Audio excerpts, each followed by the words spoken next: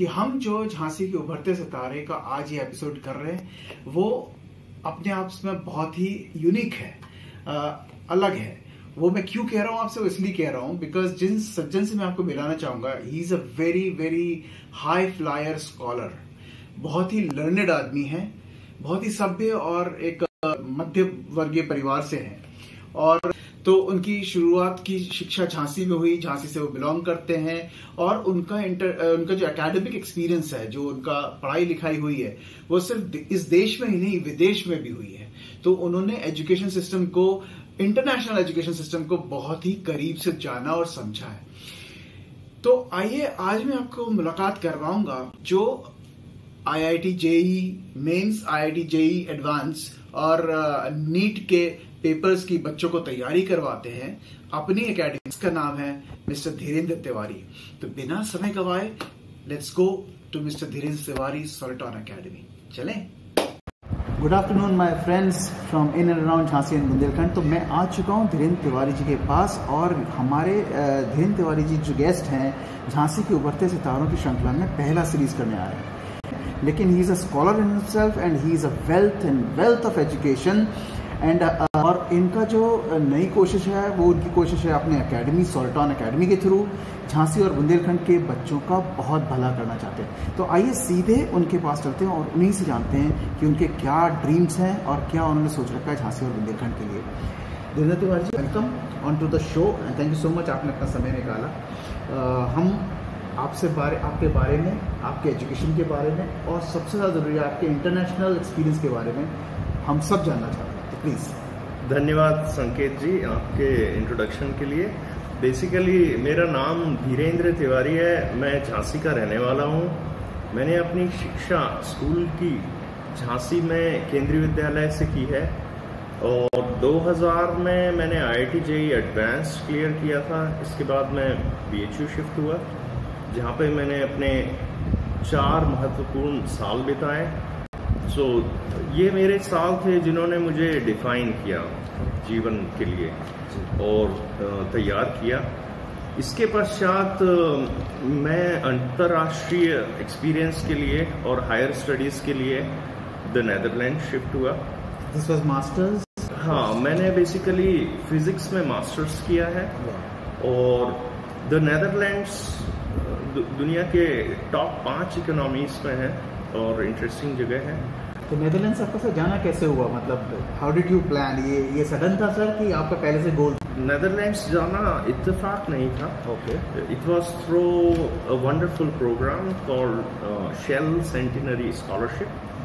तो ये एक शेल का कंपनी का प्रोग्राम है जो कि अंतर्राष्ट्रीय पढ़ाई के लिए बच्चों की मदद करते हैं। So correct me if I am wrong, ये शेल हम वही मल्टीनेशनल कंपनी जो ऑयल एंड लुब्रिकेंट्स में है उसी की बात कर रहे हैं? Exactly.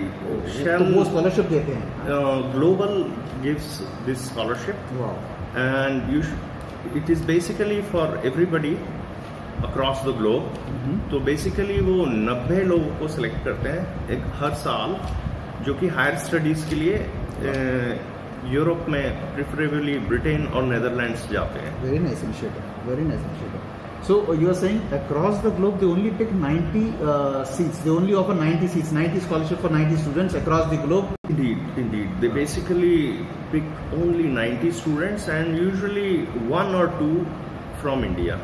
Oh. So I was fortunate enough back then. Right. लेकिन वहाँ जाने के लिए मैंने 4 साल प्रिपेयर किया। That was a very important thing, correct? Exactly. So very good, sir. We are very happy to know this, that a person with such a stature sitting with us, जिन्हें ऐसी स्कॉलरशिप मिलती है जो 90 लोगों को दुनिया भर में छाटे और एक ही भोजन उठाए। I'm sure it would definitely be a very big proud moment for you, sir. Yeah, it was the turning moment for me. बहुत सुंदर आपने आंसर दिया, अपने बारे में बताया। We are so grateful. Sir एक थोड़ी सी चीज़ जानना चाहते हैं आप, जो आपने सॉलिटॉन एकेडमी झांसी में खोली है, कि किस एक क्लास के बच्चों को आप अपना टारगेट स्टूडेंट समझते हैं या किस एज से लेके किस एज तक के बच्चों को आप अपना टारगेट स्टूडेंट समझते हैं? बेसिकली हमारे यहाँ 9वीं से लेके 12वीं तक के बच्चों के लिए कोर्सेस हैं। Fantastic. और हमारा फाइनल एम होता है उनके एकेडमिक्स में बेस्ट स्कोर्स आए और सिलेक्शन हो कॉम्पिटिटिव एग्जाम्स। हमारा स्कोप है इंजीनियरिंग और मेडिकल एंट्रेंस का। World class, okay. Engineering and medical college, oh very nice. We have structured it, हमने इसको 4 डिफरेंट भागों में विभाजित किया है। सबसे पहले हमारा प्रोग्राम है नीव जी। नीव जो है वो 9वीं और 10वीं के बच्चों का प्रोग्राम है। इसमें हम उनकी एक मजबूत नींव बनाना चाहते हैं ताकि उतनी ही ऊंची इमारत बन सके। मतलब जितना जल्दी आप उनको अपने कोर्सेज से अवेयर कराएंगे, उनको उसमें बताएंगे, तो उनकी फाउंडेशन उतनी स्ट्रांग हो जाएगी, राइट? एग्जैक्टली। और क्या है कि यही बच्चे नीव के प्रोग्राम में जो एनरोल होते हैं वही हाई रैंक लाते हैं, क्योंकि हमें 4 साल मौका मिलता है उनके साथ काम करने का। एग्जैक्टली। अब इसके अलावा भी हमारे यहाँ रेगुलर प्रोग्राम है, जैसे 11वीं और 12वीं के, और इसके अलावा हम लोग एग्जाम के आसपास कुछ इंटेंसिव प्रोग्राम्स करते हैं। For example interactive intensive problem solving course, जिसमें हम बच्चों को प्रॉब्लम टैकल करना बताते हैं, और हमारा फोकस रहता है एग्जाम परफॉर्मेंस पे। तो सर तो आप ये कहना चाह रहे हैं सर कि आपके पास 9th क्लास से लेके जो इसके एग्जाम्स 1-2 महीने बाद में आने जा रहे हैं, उन सारे बच्चों के लिए कुछ ना कुछ है जहां आप उनको शार्पन अप कर सकते हैं, पॉलिश कर सकते हैं, उनको और ध्यान दे सकते हैं, उनको और इम्प्रूवमेंट का स्कोप दिखा सकते हैं, ताकि वो और अच्छा परफॉर्म कर सके एग्जाम्स में। बिल्कुल, एग्जाम मैनेजमेंट हमारी कोचिंग का इंटीग्रल पार्ट है। तो दीनानाथ जी, आपके साथ बातें करने में बहुत अच्छा लग रहा है, और आई एम श्योर जो स्टूडेंट्स और पेरेंट्स उनके हमारे साक्षात्कार को देख रहे हैं उनको भी बहुत मज़ा आ रहा होगा, उनको बहुत इन्फॉर्मेशन मिल रही होगी। तो आपका तो जो एक्सपोजर है इंटरनेशनल एजुकेशन सिस्टम से है, तो सर मैं अब मेरे अंदर एक सर बड़ा नेचुरल क्वेश्चन आ रहा है कि सर आपका इंस्टीट्यूशन में ऐसा क्या डिफरेंट होगा जिसमें हमारे बच्चों को उम्मीद ज़्यादा बढ़ जाए आपके इंस्टीट्यूशन से अच्छे रिजल्ट के लिए अपने लिए, और उनके पेरेंट्स को ये भरोसा आए कि यार ये इंस्टीट्यूशन से हम कुछ उम्मीद कर सकते हैं, ज़्यादा बड़ा उम्मीद कर सकते हैं। बिल्कुल संकेत जी, धन्यवाद इस सवाल के लिए जी। बेसिकली मेरा 15 साल का इंटरनेशनल एक्सपीरियंस है, इंडिया और abroad. Correct. Institutions of importance, कमाल की जर्नी है साहब, सही बात।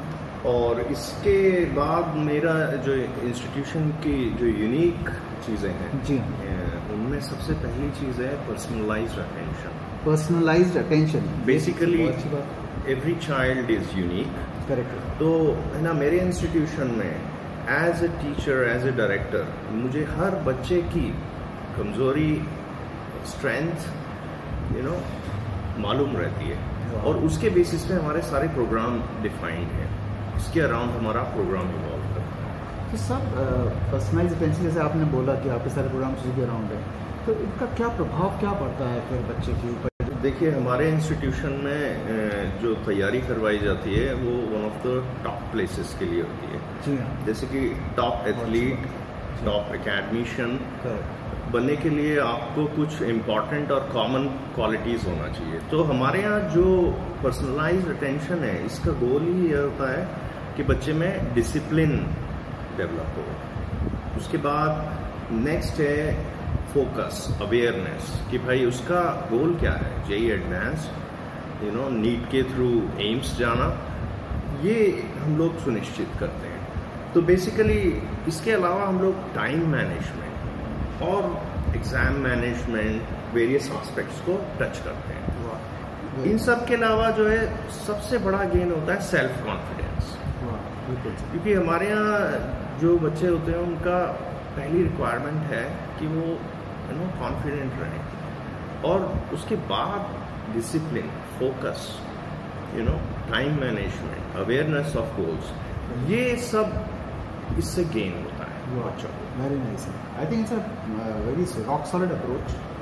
तो सर ये तो आपने एक चीज़ बताया, पर्सनलाइज्ड अटेंशन, और बहुत अच्छी तरह से भी समझाया आपने। इसके अलावा सर आप अपने इंस्टीट्यूशन में किस तरह से डिफरेंशिएट करेंगे? और बेसिकली हमारा नेक्स्ट इम्पॉर्टेंट फीचर है स्मॉल क्लास साइज, क्योंकि है ना, हमारा पहला पॉइंट था पर्सनलाइज्ड अटेंशन, और हमारी सबकी फाइनाइट एनर्जी होती है, रिसोर्सेस होते हैं। तो मैं ये सारे अपने छोटी सी क्लास के जो बच्चे हैं उसमें फोकस रखना चाहता हूँ, ताकि हमें बेस्ट रिजल्ट्स हासिल हो, है ना, बच्चे भीड़ में ना खोएं। तो ये मेरा नेक्स्ट इम्पॉर्टेंट पॉइंट है कि स्मॉल क्लास साइज। तो सर इससे क्या फ़ायदा मिलेगा बच्चे को जब आप स्मॉल क्लास साइज रखेंगे, तो उसमें बच्चों का कैसे भला सोच सकते हैं कि होगा? Basically you know I know strength and weakness of every child, I am aware of his progress. और बच्चे को जो चाहिए है या कोई पौधा अगर ग्रो करता है तो उसे एक अटेंशन की ज़रूरत होती है, वो दिया जा सकता है। तो इससे बच्चे भी हैप्पी रहते हैं अपने पढ़ाई में, और मेरी भी संतुष्टि रहती है कि आज से 2 साल बाद ये किसी IIT में पढ़ रहा होगा। बहुत अच्छी बात है सर। अगर आप एक और डिफरेंशिएटिंग फैक्टर बता सके, विच आई विल प्रोबब्ली से द लास्ट वन, अगर आप कोई और एक अच्छी चीज़ जो आपके इंस्टीट्यूट में आप इस पर भरोसा करते हैं। जी, हमारे इंस्टीट्यूशन में एक बहुत इम्पॉर्टेंट चीज़ है एग्ज़ाम परफॉर्मेंस इम्प्रूवमेंट के जो टूल्स हैं। तो basic exam performance improvement tools, exactly. Okay, so basically हम लोग है ना एग्ज़ाम देने की कला सिखाते हैं, क्योंकि 10 लाख लोग वही सब्जेक्ट पढ़ते हैं, वही कॉमन मटेरियल होता है, लेकिन टॉप 10,000 IIT जाते हैं या टॉप 7,500 MBBS के टॉप कॉलेजेस में जाते हैं। करेक्ट। तो हम इसकी परफॉर्मेंस को मैनेज करना सिखाते हैं कि हमारे यहाँ बहुत सारे मॉक टेस्ट होते हैं। ऑन एन एवरेज 70 से 80 टेस्ट हमारी एक्सपेक्टेशन है ड्यूरिंग फाइनल ईयर। और फाइनल स्टेजेस एग्ज़ाम के जो होते हैं उनमें तो हम हर अगले दिन टेस्ट लेते हैं, और इसके अलावा हमारे यहाँ यूनिक सेल्फ असेसमेंट रिपोर्ट होती है, जिसमें हम बच्चे की कमियां, सिली मिस्टेक, ये सब हटाना चाहते हैं। तो उससे हमें क्या है, ट्रू पोटेंशियल रियलाइज करना है, ये हमारा फोकस होता है। तो सर ये सब कराने के बाद आपको बच्चे को आप मतलब इतना बना दें कि बच्चे के अंदर इतना अपने आप में इतना भरोसा हो कि वो जाकर के जब एग्जाम देने बैठे तो he is like partially cooked at all. Definitely. Ready to take up any challenge on the question paper, right? Exactly, and it's like another day, and he has done about 80 to 90 tests, वो butterfly in the stomach और nervousness रहेगी नहीं feeling, बिल्कुल भी नहीं। और उसके average score ही उसको मालूम होते हैं कि okay, he is going to get there. तो we know lowest what he can do, the top he can perform, and he is aware. Correct. So there is a मतलब आपने उस बच्चे की आत्मशक्ति उसको दिखा दी, तो अब वो तैयार हो गया अपना कि उसके अंदर कितना पोटेंशियल है। He should not take himself lightly. Correct है सर? एग्जैक्टली। और हमारा गोल ही है ट्रू पोटेंशियल रीच करना। तो सर अब मैं आपसे सिर्फ एक जाते जाते एक आखिरी सी चीज़ ये पूछना चाहूँगा, तो अल्टीमेट सॉल्टन अकेडमी का सर एम गोल झांसी और बुंदेलखंड के लिए क्या है? देखिए, बुंदेलखंड रीजन में आप भी रहे हैं जी, और आपने 20 वर्षों तक मल्टीनेशनल कंपनीज में काम किया है, जर्मन, USA की, और फिर आपने टॉप जगहों पे गए हैं। उसी तरह मैं भी अपनी पढ़ाई यहाँ से किया हूँ, और मैंने काफ़ी एक्सपीरियंस गेन किया है। तो मेरा ये मानना है कि बुंदेलखंड रीजन में बेसिकली बहुत सारा टैलेंट है, निस्संदेह, और रिसोर्सेज थोड़े कम हैं, लेकिन हमारा अल्टीमेट गोल है कि हर व्यक्ति कॉन्फिडेंस के साथ, एक सेल्फ कॉन्फिडेंस के साथ टॉप परफॉर्मेंस दे सके, भले ही इंजीनियरिंग एंट्रेंस में हो, स्कूल में हो, या मेडिकल एंट्रेंस में हो, या जीवन के किसी भी क्षेत्र में। तो ये इम्पोर्टेंट कुछ चीज़ें हैं, जैसे discipline, awareness, focus, time management, इन सब का ध्यान रखते हुए टॉप रिजल्ट्स हासिल किए। तो धीरेन्द्र जी, आपको सबसे पहले तो बहुत सारी शुभकामनाएं सर, जो आप इतना अच्छा अपना मिशन और विजन लेकर के झांसी और बुंदेलखंड के लिए आगे बढ़ रहे हैं। सिंसियरली विश सर कि बहुत सारी सक्सेस स्टोरीज आपके इंस्टीट्यूशन से बाहर। डेफिनेटली हम इसके बारे में बात करेंगे अगली meeting. Sir thank you so very much. Thank you.